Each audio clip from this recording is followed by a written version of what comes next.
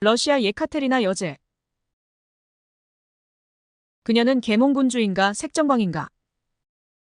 러시아 예카테리나 여제를 평가한다는 것은 간단치가 않습니다.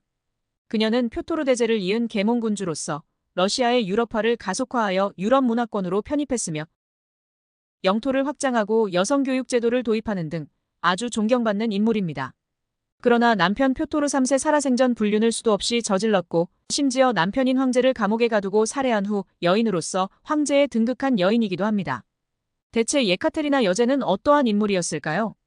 예카테리나는 독일 아날부르크 지역 지배자이자 프로이센의 장군 크리스티안 아우구스트의 딸로 1729년 태어났습니다. 당시 독일은 수백 개의 도시국가로 찢어진 채로 신성로마 제국의 지배를 받는 느슨한 조직에 가까웠습니다. 프로이센이 그나마 가장 큰 경쟁력을 보였던 왕국이었지요. 소규모 도시 국가 지배자들이 유럽의 유력 가문으로 성장하는 유일한 방법이 있었습니다. 왕족과 혼맥으로 얽히는 것이지요. 예카테리나 역시 마찬가지였습니다. 그녀는 어린 시절부터 유럽 귀족의 언어로 통한 프랑스어를 배워야 했습니다. 강도 높은 신부 수업이었지요. 그녀의 가문에 빛이 들기 시작했습니다. 러시아 제국의 계승자 표트르 3세와 예카테리나가 첫 만남을 하면서였습니다. 아버지 아우구스트는 어떻게든 딸을 그와 맺어주려고 애를 썼지요. 예카테리나는 나약하고 의지가 없는 표트르 3세에게 혐오의 감정을 내비쳤지만 부모는 개의치 않았습니다. 러시아 최고 권력 엘리자베타 여왕 역시 예카테리나를 표트르 3세의 아내로 낙점지었지요. 하늘이 준 기회를 놓치고 싶지 않았습니다. 1745년 두 사람이 결국 결혼식을 올렸지요. 예카테리나의 나이 고작 15살이었습니다. 독일 지방의 여성이 러시아 황실의 일원이 되는 건 쉬운 과정이 아니었습니다. 러시아어를 배워야 했고 추운 날씨에 적응해야 했으며 신교를 버리고 러시아 정교회로 개종까지 해야 했습니다.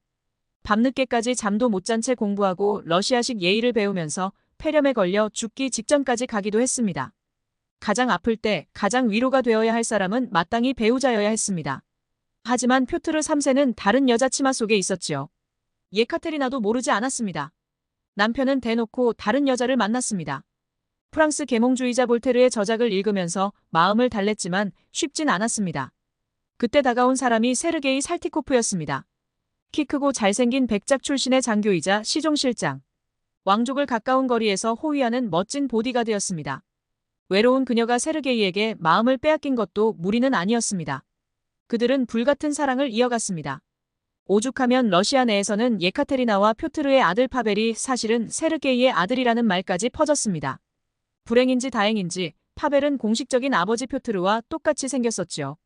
작고 못생긴 모습 때문에 세르게이의 핏줄이라고 믿을 수 없었던 것이지요. 러시아 황위 계승자 부부의 모습은 막장과 다름없었던 셈입니다. 1762년 1월 엘리자베타 여왕이 승하합니다. 표트르 3세 시대의 개막이었습니다. 예카테리나는 러시아의 황후가 되었습니다. 두 부부는 겨울 궁전에 입성하면서 러시아의 미래를 책임지겠다고 백성들에게 선언합니다. 당시 러시아는 중대한 갈림길에 서 있었습니다. 독일의 강대국인 프로이센과 7년 전쟁에서 승리를 목전에 둔 상황이었습니다. 1761년 수도 베를린을 점령했고 러시아가 최강국으로 도약할 수 있는 발판을 마련했습니다. 당시 프로이센의 전성기를 이끈 프리드리히 대제를 상대로 이룬 성과여서 의미는 배가 됐습니다. 프로이센에서 이제 군대를 빼게. 첫 황제의 취임 일성은 모든 러시아 사람들을 아연실색하게 만들었습니다. 프로이센을 상대로 대승을 앞둔 상황에서 작전 중단을 명령했기 때문이었습니다. 나는 프로이센 프리드리히를 존경한다네. 친가 쪽이 독일 유력. 집안인 홀슈타인 고토르프이었던 표트르는 어린 시절부터 프로이센의 프리드리히를 선망했습니다. 그저 그런 제후국인 프로이센을 강대국으로 만든 프리드리히의 영웅담을 되뇌고 살았지요. 프리드리히가 러시아에 의해 무너지는 건 있을 수 없는 일이었습니다. 결국 프로이센의 이득을 위해 러시아 황제가 정치적 결단을 내린 셈입니다. 표트르 3세는 황제의 제목이 안 됐던 셈이었지요. 프리드리히는 러시아의 결정으로 살아남았고 다시 프로이센의 전성기를 이끌며 현대 독일의 기틀을 다집니다. 역사의 서문을 쓴 역사학자 칼 구스타브소는 이렇게 얘기합니다. 표트르는 멍청이답게 자신의 행동이 얼마나 중요한지 몰랐고 본의 아니게 현대 유럽을 형성하는 데 지대한 영향을 끼쳤다. 러시아는 부글부글 끓었습니다. 황제라는 사람이 개인적 사감 때문에 러시아의 이익에 반하는 행동을 하다니요. 화가 난 건 귀족들 역시 마찬가지였습니다. 표트르 3세가 덴마크와의 전쟁을 계획하면서 자리를 비운 사이 군대와 귀족이 한 사람을 옹립합니다. 황후 예카테리나였습니다. 러시아에서 가장 유명한 황제 표트르 대제도 승하한 직후 황후가 그 자리를 계승했었지요. 체포된 표트르 3세는 감옥에 갇힌 뒤 정확히 8일 만에 죽었습니다. 부검 결과는 치질과 뇌졸중. 아무도 이를 믿지 않았습니다. 1762년 9월 예카테리나가 러시아의 황제 자리로 즉위식을 가졌습니다. 1년 사이에 벌써 2번의 대관식.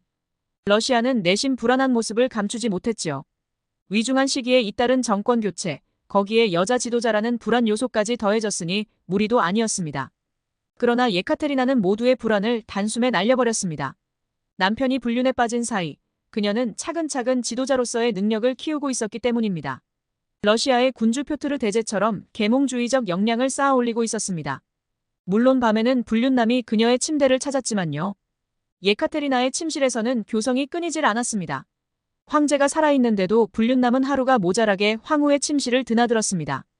이 불륜남은 한 명이 아니었습니다. 여러 명이었습니다. 거친 숨결이 넓은 방을 가득 메웠습니다. 세계에서 가장 추운 나라 중 하나인 러시아에서 가장 뜨거운 공간이라는 우스갯소리가 나왔지요. 일찌감치 남편과 잠자리를 중단한 그녀는 문남성들과 관계를 이어갔습니다. 성욕에 다소 무심해지는 환갑에도 40살 연하 미남을 침대로 끌어들였을 정도였습니다. 천하제일 생마대회가 열렸다면 능히 우승자는 그녀의 차지였을 것입니다. 바람만 피웠으면 다행입니다. 그녀는 황제였던 남편을 폐위시키기도 했었지요. 본인이 황제에 직접 올라 러시아를 지배합니다. 동양인의 인식구조로 이런 유형의 여성은 악처이자 혼곤이었을 게 분명해 보입니다. 하지만 여기에 또 한 번의 반전이 있습니다.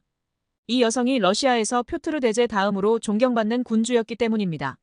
남편을 폐위시키고 죽인 것도 모자라 수없이 많은 잠자리 상대를 가진 색정광을 러시아 사람들이 우러러보는 이유는 무엇일까요?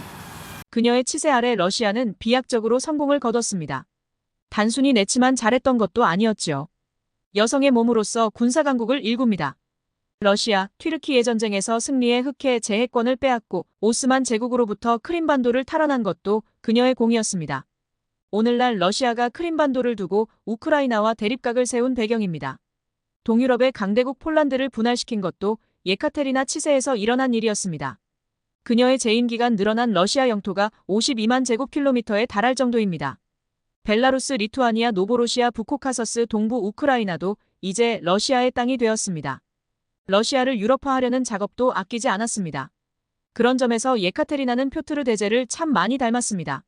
예카테리나는 몽테스키웨, 볼테르, 디드로, 달랑베르 등과 서신을 교환하면서 정치 철학을 배웠습니다. 아서 영, 자크 네커와 당대 경제학 석학들 역시 그녀가 설립한 자유경제협회에 가입해 활약했습니다. 예카테리나는 유럽의 석학으로부터 배운 식견을 러시아의 정치에 반영하려고도 애썼습니다. 귀족의 권력을 제한하고 중산층을 두텁게 하기 위한 법령 발표도 했었지요. 여성 최초의 교육기관을 설립한 것도 예카테리나의 공이었습니다. 영웅호색은 남자만의 전유물은 아니었나 봅니다. 통치 과정에서 그녀는 끊임없이 남자를 갈아치웠습니다. 하지만 허투루 만난 건 아니었습니다. 자신에게 이익이 되도록 남자들을 이용했기 때문이었습니다. 황후의 남자들은 궁정에서도 침대에서도 탁월한 능력을 증명해야 했었지요. 실제로 남편 표트르에 대한 쿠데타를 일으킬 때도 군사적 행동을 이끈 사람은 예카테리나의 정부 그레고리 오를로프였습니다. 예카테리나의 정부하면 빼어놓을 수 없는 사람은 바로 포템킨이었습니다. 군인이었던 포템킨은 러시아 튀르크 전쟁에서 빼어난 활약을 펼쳐 예카테리나의 눈도장을 찍었습니다. 기병대 소장으로서 러시아에 여러 승리를 가져다 주었지요. 그리고 그는 호기롭게 편지를 썼습니다. 제가 감사를 표할 수 있는 유일한 방법은 폐하의 영광을 위해 피를 흘리는 것뿐입니다. 10살 연하의 포템킨은 그렇게 예카테리나의 침실로 초청을 받았습니다. 예카테리나를 위해 언제나 싸움터에 나갔던 그의 용맹함을 기억해 20세기 러시아 제국은 전함의 포템킨이라고 이름 붙이기도 했습니다.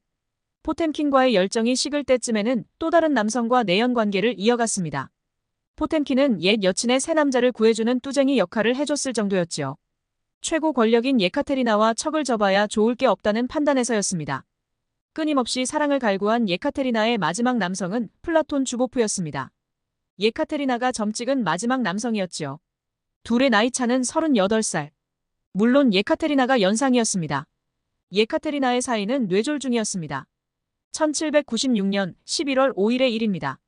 그녀의 치세로 러시아는 조금 더 위대한 국가로 발돋움했습니다. 그녀의 미를 향한 집착은 현대에도 고스란히 남았습니다. 미남자를 찾아다닌 실력으로 아름다운 예술품을 수집했던 것이지요. 에르미타주 미술관입니다. 소장품만 300만 개에 달할 정도로 세계적인 박물관입니다. 표트르 대제가 만든 겨울궁전의 내실을 예카테리나 대제가 채웠지요. 한 여인의 권력과 성에 대한 욕망이 현대 러시아의 기틀을 닦은 셈입니다. 구독과 좋아요 부탁드립니다.